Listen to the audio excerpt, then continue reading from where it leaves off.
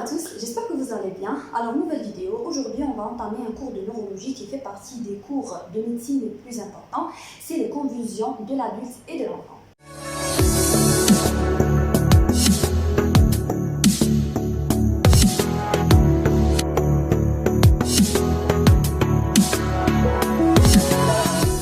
Alors, on va commencer tout d'abord par des petites définitions ou bien des notions de base. Ces notions, bien sûr, c'est la base de ce cours, donc il faut les apprendre par cœur. Bien sûr, il faut les comprendre tout d'abord, puis les apprendre par cœur. J'ai résumé ces notions-là en 3 points. Le premier point, c'est qu'on entend souvent les termes épilepsie, crise épileptique, crise convulsive, crise commissale et convulsion. Quelle est la signification de ces termes-là? Est-ce qu'ils ont la même signification ou non? Sinon, quelle est la différence? Est-ce qu'on peut les utiliser pour décrire la même situation ou non? La réponse est simple. On commence tout d'abord par les 4 termes, les 4 premiers termes, c'est-à-dire convulsion, crise convulsive, crise commissale et crise épileptique. Ces 4 termes-là ont la même signification. C'est des contractures de la musculature striée, c'est des contractures musculaires. Ces contractures ont 3 caractéristiques. C'est brusque, c'est involontaire, c'est-à-dire c'est automatique, et c'est paroxystique. Surtout la dernière caractéristique, elle est très importante, le caractère paroxystique, c'est-à-dire de durée brève et à début et à fin rapide. Ça, c'est le premier point. Je pense que vous avez déjà deviné que, puisque c'est des contractures musculaires, donc c'est un symptôme. C'est des signes physiques. C'est des manifestations cliniques. Ce n'est pas un diagnostic. On ne peut pas dire que les convulsions, bien une crise épileptique est un diagnostic ou c'est une maladie. Non, c'est un symptôme, c'est une manifestation clinique qui peut traduire plusieurs maladies. Alors que l'épilepsie, non. L'épilepsie, c'est une maladie. C'est une affection neurologique chronique. C'est une affection neurologique chronique. Neurologique, je répète, neurologique et non pas affection mentale. On n'est pas dans le domaine de la psychiatrie, c'est une affection neurologique qui est due à une agression cérébrale chronique et non pas aiguë, à une agression cérébrale aiguë, qui s'exprime cliniquement par la récurrence des crises épileptiques. Mettez 3 lignes sur ce terme-là, bien sûr ce mot-là, la récurrence, la répétition des crises épileptiques. Ces crises épileptiques soit vont se produire d'une manière spontanée, c'est le cas le plus fréquent, c'est le cas le plus fréquent, sinon d'une manière provoquée par des facteurs déclenchants. Donc la différence est simple.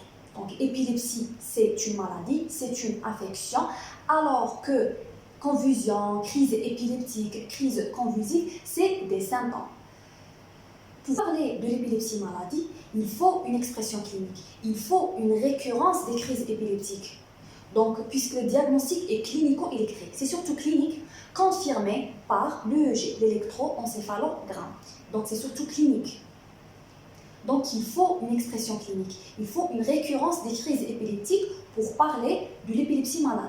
Alors que le contraire est faux, c'est-à-dire une crise épileptique, bien une crise commissale, crise convulsive, convulsion, ne traduit pas forcément, bien obligatoirement, une épilepsie. Elle peut être due à une autre maladie ou bien une autre étiologie, comme par exemple la fièvre, l'hypoglycémie, les perturbations ioniques, etc., etc. On va détailler les étiologies par la suite. Deuxième point, le diagnostic de l'épilepsie maladie, de l'affection neurologique indique, le diagnostic est clinique confirmé par l'EEG, c'est-à-dire les termes épilepsie infraclinique, épilepsie électrique, épilepsie asymptomatique, épilepsie latente. Ces 4 termes-là n'ont aucun sens. Ces 4 termes-là n'ont aucune signification, ils n'existent jamais. Donc, pour parler d'une épilepsie maladie, il faut une expression clinique, comme j'ai déjà dit. Il faut une récurrence des crises épileptiques, son étiologie, notre étiologie plutôt décelée. Voilà, ça c'était pour le deuxième point. Le troisième point, c'est quoi? C'est état de mal épileptique. Qu'est-ce que ça veut dire un état de mal épileptique? Un état de mal épileptique, tout d'abord, c'est une urgence médicale. Un état de mal épileptique ou bien un état de mal convulsif s'exprime cliniquement par une crise épileptique prolongée dans le temps. Généralement, elle dure au minimum 10 minutes. Mais le plus souvent, elle dépasse les 20 minutes, voire même les 30 minutes, c'est-à-dire elle dépasse une demi-heure. ou bien d'une manière plus précise, ce n'est pas une crise convulsive prolongée, mais c'est une récurrence des crises épileptiques à un délai très bref, de quelques secondes plutôt à quelques minutes. Donc c'est une urgence médicale, on doit réagir le plus rapidement possible. Pourquoi? Parce que l'état de mal épileptique peut mettre le pronostic vital et le pronostic fonctionnel en jeu. Le pronostic vital, c'est par la menace de vie du patient, c'est simple. Pour le pronostic fonctionnel, c'est dû aux séquelles cérébrales ou bien les lésions cérébrales irréversibles. La physiopathologie des crises convulsives, bien des crises épileptiques. La physiopathologie est simple, elle se résume en une seule phrase. C'est un déséquilibre entre le système excitateur et le système inhibiteur, bien sûr en faveur du système excitateur. Système excitateur, système inhibiteur, qu'est-ce que ça veut dire? Ces systèmes, c'est des neurotransmetteurs. Neurotransmetteurs, comme le nom l'indique, c'est des substances chimiques qui vont faciliter la neurotransmission. La neurotransmission des messages électriques à l'intérieur, bien sûr, du système nerveux central. Pour le système excitateur, c'est-à-dire les neurotransmetteurs excitateurs, sont surtout des acides aminés, principalement l'aspartate et le glutamate.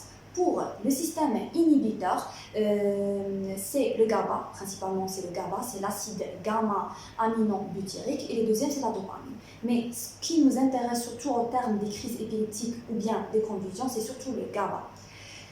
Cette perturbation, bien ce déséquilibre est dû surtout à une diminution de la concentration bien du taux du GABA. C'est la diminution du taux du GABA qui a entraîné cette perturbation, bien ce déséquilibre, bien sûr, en faveur d'une augmentation du taux des neurotransmetteurs excitateurs. D'une manière plus simple, ou bien d'une autre manière, ou bien surtout c'est la conséquence. La conséquence sera quoi? C'est une décharge électrique auto-entretenue et excessive. Auto-entretenue et excessive tant que dure cette perturbation. Donc d'une manière plus générale, n'importe quel facteur qui va entraîner une baisse du seuil d'excitabilité des neurones cérébraux peut déclencher une crise. N'importe quel facteur, quelle que soit son étiologie. Passons maintenant à la clinique. Qu'est-ce qu'on va faire? On va décrire ce qu'on voit, on va décrire ce qu'on observe. Donc on a plusieurs types de convulsions, on a plusieurs types de crises épileptiques.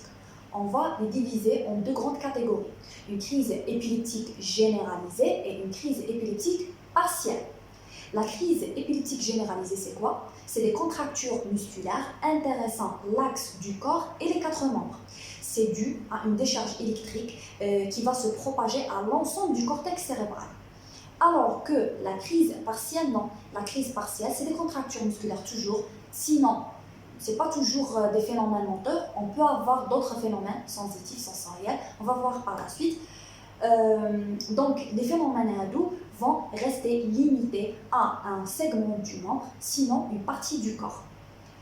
Une crise partielle, elle est due à une propagation des décharges électriques à une population plus ou moins limitée du cortex cérébral. Voilà. Donc, on commence tout d'abord par les sous-types de la crise généralisée. Donc, quels sont les types de crises généralisées? On a 6 types. Le premier sous-type, c'est la crise généralisée tonique.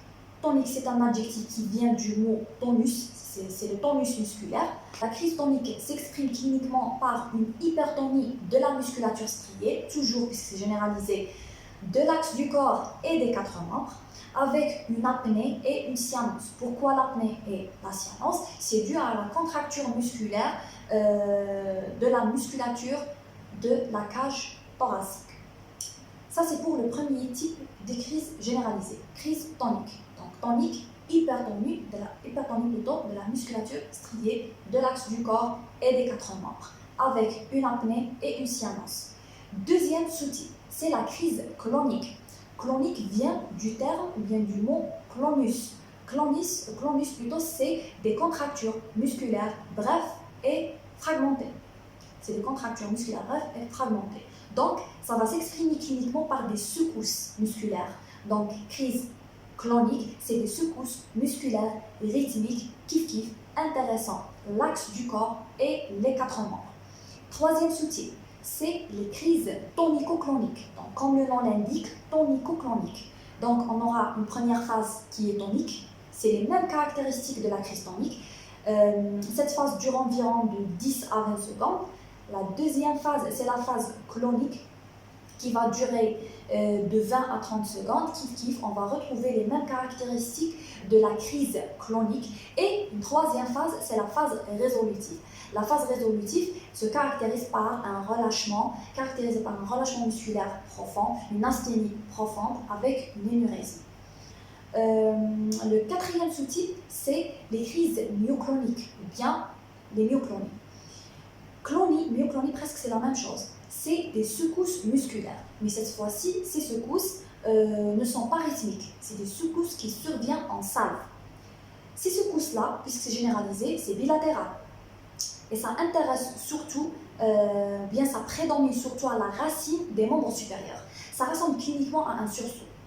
En arabe, on dit que le patient, le sujet voilà, ça ressemble à un sursaut. Donc ça, c'est pour les myoclonies. Une petite remarque, il ne faut pas confondre les myoclonies, qui sont d'origine épileptique surtout, des myoclonies d'endormissement. Les myoclonies d'endormissement, généralement, c'est un sursaut du sommeil. Presque 70%, voire 80% de la population a fait l'expérience. Le sujet, ou bien la personne est en train de dormir, puis elle a l'impression qu'elle a tombé, puis elle se réveille en sursaut. Voilà. Les myoclonies ados, bien les myoclonies d'endormissement ne sont pas d'origine épileptique, c'est physiologique. Pour la physiopathologie, c'est encore, ça reste toujours mystérieux, c'est encore mal connu. Mais ce qui est sûr, c'est que ces myoclonies-là, les myoclonies d'endormissement, ne sont pas d'origine épileptique. Voilà. Ça, c'était pour le quatrième type. Le cinquième type, c'est les crises atoniques. Crise atonique, c'est quoi? C'est atonique, c'est la perte du tonus musculaire de base. La crise atonique s'exprime cliniquement par une chute. La chute indique est due à une perte brutale, brusque du tonus postural. Donc, le patient va tomber. Le dernier sous-type, c'est les absences. Une petite remarque, lorsqu'on parle du petit mal, ça veut dire les absences. Petit mal, les absences, c'est la même chose. Ils ont la même signification, ces deux termes. Grand mal, c'est la crise tonico-clonique. Il ne faut pas confondre grand mal avec un état de mal épileptique. Non, l'état de mal épileptique, c'est l'état de mal convulsif, c'est l'urgence. C'est la récurrence des crises à un délai très bref. Alors que grand mal, c'est une crise tonico-clonique. Fait partie des types d'une crise généralisée simple. Voilà. Alors, comment ça se passe? L'enfant s'immobilise. Il interrompt ses activités en cours avec un regard fixe, un regard vide, puis il reprend ses activités le plus normalement possible en ne gardant aucun souvenir de l'épisode. C'est ce qu'on appelle, c'est la notion de l'amnésie post-critique. Parlons maintenant des sous-types des crises partielles. Pour la crise partielle, c'est simple. On a trois sous-types. Une crise partielle simple, une crise partielle complexe et une crise partielle secondairement généralisée. Pour le troisième type, il s'agit soit d'une crise simple ou complexe qui va se généraliser secondairement. On commence tout d'abord par la crise partielle simple. Simple, c'est dû à une conservation de l'état de conscience. On peut avoir une crise partielle simple avec des phénomènes moteurs. Il s'agit surtout des clonies bien sûr limitées à un membre, à un segment du membre ou bien un membre, soit le membre supérieur ou bien le membre inférieur. Pour les phénomènes sensitifs, il s'agit surtout des paresthésies. Quel que soit le type de la paresthésie, on peut avoir des douleurs, on peut avoir des picotements, des fourmillements, une sensation de chaleur, une sensation de douleur, etc. etc. Troisième type, c'est les phénomènes sensitifs, plutôt les phénomènes sensoriels. Sensoriels, une crise partielle simple à type visuel, auditif, olfactif, gustatif, etc. etc. Mais ces quatre types de crises sensorielles ont deux caractères en commun. Il s'agit soit des hallucinations, soit des illusions. On commence d'abord par les hallucinations. Qu'est-ce que ça veut dire une hallucination? L'hallucination, c'est simple, c'est comme la définition des hallucinations psychiatriques. C'est une perception sans objet apercevable. C'est une perception d'un objet qui n'existe pas. Pour les illusions, non. Les illusions, c'est une perception d'un objet réel. Mais la perception est déformée. Peut-être que certains parmi vous se posent la question, comment peut-on faire la différence entre des hallucinations, bien les illusions d'origine neurologique, bien d'origine épileptique, des illusions, bien les hallucinations d'origine psychiatrique. C'est simple. Puisqu'on est dans la crise partielle simple, donc un état de conscience qui est conservé, ces hallucinations, bien ces illusions sont bien critiquées par le malade. C'est-à-dire, le malade sait bien qu'il est en train d'halluciner. Voilà. Alors que ce n'est pas le cas dans les hallucinations, bien les illusions d'origine psychiatrique. Deuxième type, c'est-à-dire les crises partielles complexes, c'est surtout des phénomènes d'automatisme. On va observer les phénomènes d'automatisme.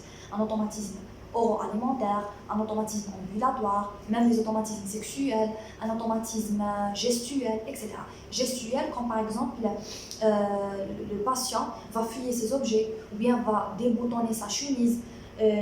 L'automatisme oro-alimentaire, c'est la déglutition, la dégustation, le mâchonnement, etc. Pour les phénomènes sexuels, gestuels, oro-alimentaire et la quatrième et ambulatoire. Ambulatoire comme par exemple un patient qui est en train de marcher ou la sortir de la maison sans aucune raison. Un petit différentiel avec les automatismes ambulatoires, c'est la somnambulisme. Le somnambulisme qui fait partie plutôt des parasomnies. Donc c'est un problème du sommeil. Résumer la clinique. On a deux grandes catégories des crises. Des crises généralisées avec 6 sous-types, tonique, tonicoclonique, clonique, myoclonique, atonique et les absences. Pour les crises partielles, c'est simple, complexe et secondairement généralisé. Pour les crises généralisées, elles ont en commun 3 caractères ou bien 3 caractéristiques. La première, c'est la notion de la perte de l'état de conscience, l'altération bien la perte de l'état de conscience. Une exception pour les myoclonies. Les myoclonies, non. Les myoclonies, l'état de conscience généralement est conservé. La deuxième, c'est l'amnésie post-critique, c'est-à-dire le patient bien le sujet ne va garder aucun souvenir de l'épisode ou bien de la crise. Et la troisième caractéristique, il s'agit surtout des phénomènes menteurs. Passons maintenant aux caractéristiques des crises partielles. Les crises partielles, pour l'état de conscience, n'est pas toujours conservé et il n'est pas toujours altéré. Il est altéré pour les crises partielles complexes et il est conservé pour les crises partielles simples. Les crises partielles sont caractérisées surtout par la stéréotypie de la manifestation clinique. Comme j'ai déjà mentionné, ou bien comme j'ai déjà décrit, partielles simples, il s'agit soit des phénomènes menteurs, ou il y a des phénomènes sensitifs, des phénomènes sensoriels, des phénomènes même végétatifs, une HTI, une tachycardie, des troubles du rythme, des phénomènes psychiques, sensation de déjà vu, la sensation de déjà vécu, ou là au contraire la sensation, ou bien l'impression plutôt de jamais vu, un état de rêve, etc., etc. Pour les crises partielles, pour les crises complexes plutôt, c'est des phénomènes d'automatisme et pour secondairement généralisés, comme j'ai déjà dit, soit c'est des crises simples ou bien complexes qui se généralisent secondairement. Donc c'est là qui dit crise partielle, dit la stéréotypie de la manifestation clinique. Voilà. Pour les étiologies, on va les diviser en 2 grandes catégories. La première catégorie, c'est les convulsions occasionnelles et la deuxième catégorie, c'est les épilepsies ou bien les syndromes épileptiques. Commençons tout d'abord par les convulsions occasionnelles.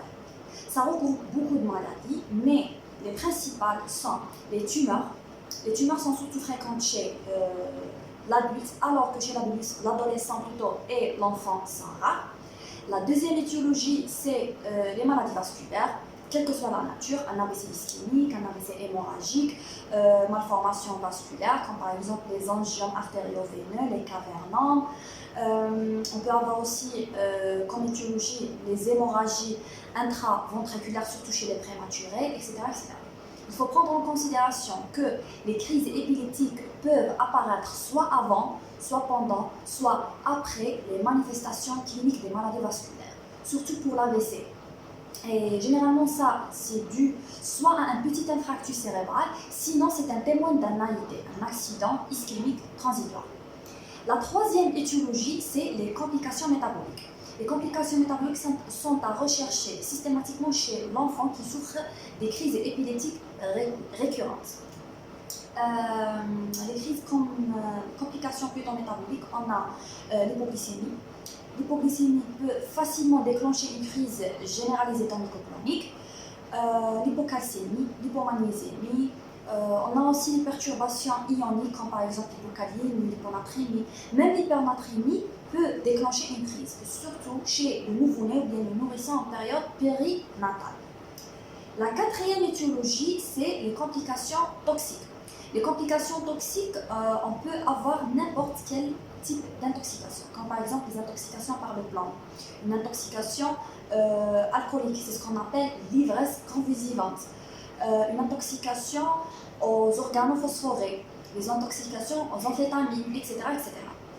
La cinquième étiologie, c'est les complications médicamenteuses. Pour les médicaments qui peuvent déclencher des crises épileptiques, c'est surtout les psychotropes. Soit c'est dû à une imprégnation chronique, c'est le cas des antidépresseurs, soit c'est dû à un syndrome de sévrage, c'est-à-dire les convulsions, bien les crises convulsives entrent dans un syndrome de sévrage chez un patient, par exemple, qui souffre d'une addiction plutôt ou d'une dépendance aux benzodiazépines ou bien aux barbituriques, etc. Sixième étiologie, c'est les malformations congénitales du cortex cérébral. Là, le traitement généralement est chirurgical, mais ça reste toujours à discuter selon la zone et selon la somatotopie de cette zone et selon l'étendue, bien sûr. Une dernière étiologie, c'est un type de convulsion, c'est une forme clinique, c'est les convulsions fébriles, bien les crises convulsives hyperthermiques. C'est surtout fréquent chez les enfants entre l'âge de 6 mois et 5 ans. Les crises fébriles, on a deux types de crises fébriles, c'est les crises fébriles simples et les crises fébriles complexes. Il est très important d'identifier le type de la crise fébrile afin d'évaluer le risque de survenue d'une épilepsie, maladie dans l'avenir ou dans le futur de l'enfant. Passons maintenant au syndrome épileptique, bien les épilepsies maladies. Là, ce qu'il faut retenir, c'est surtout les types, ou bien la classification étiologique de ces syndromes. On a trois types de syndromes épileptiques. Soit c'est des syndromes épileptiques idiopathiques, deuxième c'est symptomatique, la troisième c'est crétogénique. Commençons tout d'abord par les syndromes épileptiques idiopathiques. Idiopathiques, c'est-à-dire que ces syndromes sont indépendants de toute lésion cérébrale. L'imagerie donc est inutile, l'imagerie n'a pas de place. Le diagnostic ici est clinico-électrique. Les syndromes épileptiques et idiopathiques sont de bons pronostics. Pourquoi? Parce que la guérison est la règle. Les syndromes épileptiques et idiopathiques sont âge dépendants, sont surtout rencontrés chez les enfants et chez les adolescents. Et la guérison est obtenue environ vers l'âge de 16 ans. Deuxième type, c'est les crises épileptiques symptomatiques. Symptomatiques, contrairement aux précédents, c'est secondaire à quelque chose, c'est-à-dire il y a une étiologie, il y a une cause. L'étiologie ou bien la cause, ou bien la maladie causale, est identifiée soit par la clinique, par exemple un déficit moteur, ou bien un déficit sensitif ou sensoriel, troubles végétatifs, etc., etc. Sinon, elle est identifiée par les examens complémentaires, tels que l'imagerie ou bien les examens complémentaires biologiques. L'essentiel, c'est que l'étiologie est confirmée et identifiée. C'est symptomatique. Pour le troisième type, c'est les crises épileptiques crétogéniques. Crétogénique veut dire quelque chose qui est caché. C'est des crises ou bien c'est des symptômes épileptiques qui sont présumés symptomatiques, c'est-à-dire on est sûr qu'il y a une étiologie, mais cette étiologie ou bien cette cause échappe aux investigations malheureusement, que ce soit les investigations cliniques ou paracliniques, c'est-à-dire biologiques ou radiologiques. Voilà pour la vidéo d'aujourd'hui, c'est terminé. Si vous avez des questions, n'hésitez pas à les poser en commentaire. À très bientôt.